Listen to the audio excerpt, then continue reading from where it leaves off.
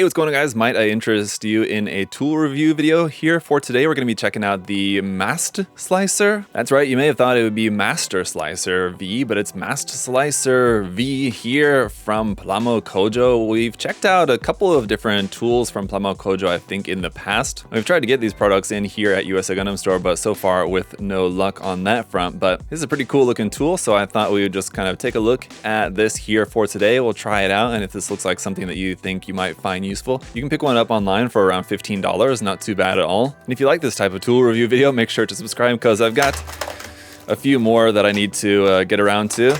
So we'll get to those later. So basically what this is a tool for allowing you to cut uniform size strips of masking tape. So basically it's a tool to help with your masking. Just in this small box here, it's letting us know, I guess, like the blade sizes that are used in here. And then showing a couple of different examples of how you can use the blades to cut either like thin strips, wider strips, or curved strips of masking tape using this. And the point is that the width of the strips that you can cut with this is going to be uniform due to this tool being able to hold multiple blades at once. And so you can cut both ways to cut tiny little squares for doing like very intricate masking around shapes like that, or if you want to use the little squares to make like digital camo, for example. And the way the tool is designed, it's also very safe, keeping the blades contained and also in this kind of housing that will make sure that you're cutting at like a constant angle. And the base plate also features this sliding part here, so that will allow you to do like your cross cuts. So let's go ahead and pop it open, check it out, and then we'll give this a try. So we've got this inner white box here.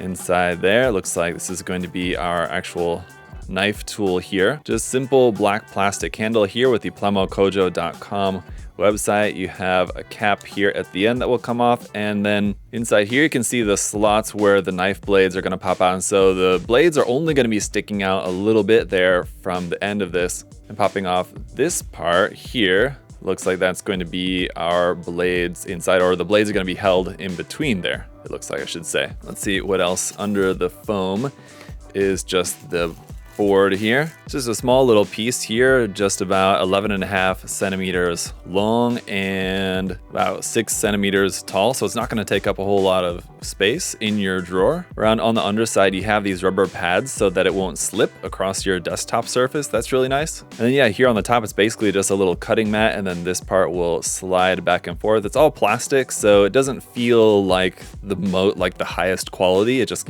feels like a couple of sliding pieces of plastic essentially.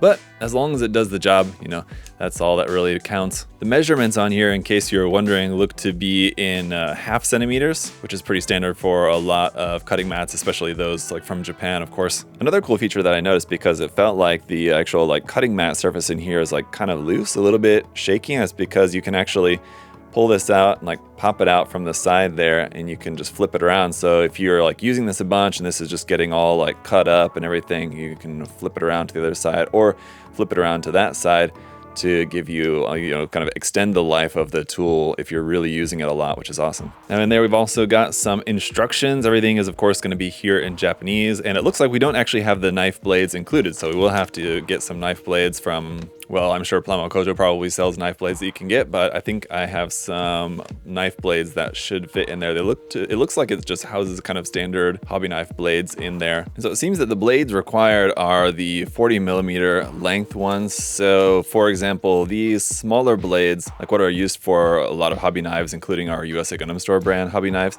that's not going to work. I believe that Tamiya has replacement blades that are also 40mm length. These hobby knife blades from Display should also be the right length for us as well here too. So fortunately, we happen to have some of these in stock that could grab some to try out with this. All right, so there we go. Obviously, you're going to want to be very careful with this, but these should fit into the slots. You can kind of see where that's meant to butt up against inside there. So that's in the first position, and then we can fill the rest of the positions here. I'll tell you though, getting those in, it's kind of hard to get them lined up so that the lengths are all the same, because once that they're in there, there's kind of no real way to like push them in to get them all to be sticking out the same amount, and they need to be. It'd be nice if like when you put the cap on, that pushes them back so that they're all even, but you kind of have to just do your best to just line them up to the same length. I'll just show you some orientation options if you want to cut 4 strips of 1mm or 2mm and 2 1mm, etc., etc. The maximum width is going to be 4mm that you can cut. So yeah, a bunch of different options there. But yeah, it seems like the main problem is just going to be making sure that you have the blades lined up the same length, because I have a feeling that we might have trouble cutting evenly if the blades are not all sticking out the same length from there. So let's go ahead and try this out here with a piece of masking tape. The other challenge is just going to be making sure that you have this stuck and lined up appropriately on here. All right, there we go. I'm gonna give it a try here.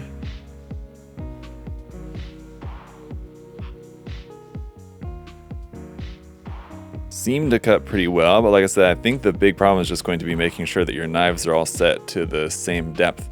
There we go, there's our 1mm strip.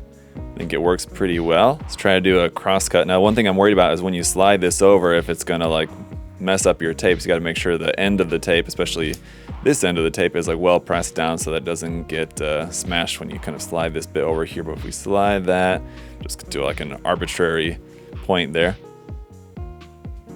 It should be down on the table, but I'm just kind of holding it in my hand. It also might be a good idea to not place your tape right up against this. I suppose that's good for like cutting this way, but when you want to cut this way, you gotta make sure the knives reach all the way to the edge of the piece of masking tape there. I guess it doesn't really matter necessarily. And you can see my cut wasn't straight, and that's what I get for just trying to hold this in my hand. But at any rate, we're getting little 1mm squares of masking there that we can use. Now, you do occasionally need pieces that small, or smaller, I guess, in some extreme circumstances. But the ability to choose the width that you want to cut on here is a really good thing, because you might just want to stick to just like cutting 2 pieces of 2mm rather than 4 of 1mm. And one last test that I want to do with this is actually what I want to use this for more immediately, is actually with some different masking tape here. This is just some kind of regular store brand Scotch masking tape. It seems like it's a little bit thicker. That said, I just don't feel like the knife is going to have any trouble at all cutting through this. And I guess it actually doesn't really necessarily matter if your tape is like exactly lined up when you stick it on here, because the point is that you're going to cut along this line here, which is straight. So even if your tape is not quite straight, your cut should be straight as long as you stick to that leading edge there.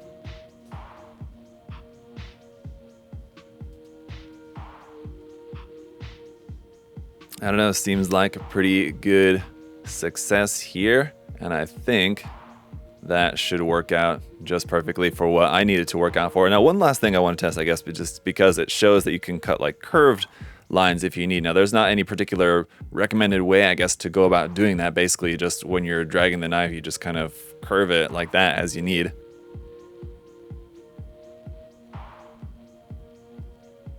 And so while there's no stencil to the shape of the curve, the point is that the thickness, even while the cut is curved, the thickness will remain the same at 1mm with the blades being evenly spaced like that. So you can cut a curved piece like that, which, yeah, is actually really cool. So I mean, you have to cut it at the right curve that you need for whatever you're cutting it for. But the fact that the spacing, it's going to be an even 1mm width all the way along there, so that actually could be really quite handy for doing some like really kind of unique patterns for masking. You can also then like use this tape for a lot more than just masking, actually. I mean, like you've seen people use tape like this for stuff. I mean, like imagine something like a Death Stranding kind of situation, if you're wanting to make like a Death Stranding style custom build where you're actually like keeping the tape on the kit. And that's actually something that I'm going to be doing with this one here, not exactly in that way, but I'm cutting pieces of tape not exactly for masking, but as an actual part of the build, and you can certainly do that with this tool here as well. So quite handy indeed. So there's probably other tools and ways to go about doing this, but like I said, for about $13, $14, $15 for this tool, I think definitely not a bad option. Now that said, unfortunately it didn't include the knife blades, so I had to get those as well. But you know, just a couple dollars for some knife blades that would fit in there. Just make sure you get the right size that will fit. And it's basically like one of those tools that, you know, most of the time you're just not ever going to need something like this, but for the occasion when you do need something like this, it's certainly very nice to have and will make your life a whole lot easier. So that's it for this tool review. Let me know what you guys think down in the comment section below. If there's anything else that you would like to see, you know, if you have a question about this and you'd like to see me try out something else with this, let me know and I'll maybe do like a follow-up post trying out something with this. But overall, I think, yeah, pretty nice. Definitely check it out. Hope you guys enjoyed taking a look at this quite unique tool. And unfortunately, again, we don't have this here at USA Gundam Store, but we do have lots of great tools and supplies there on the website. So the link to USA Gundam Store will be down in the video description below. You can check that out. But otherwise, I'll see you guys in the next video. Thank you all so much for all your support. Later. Bye-bye.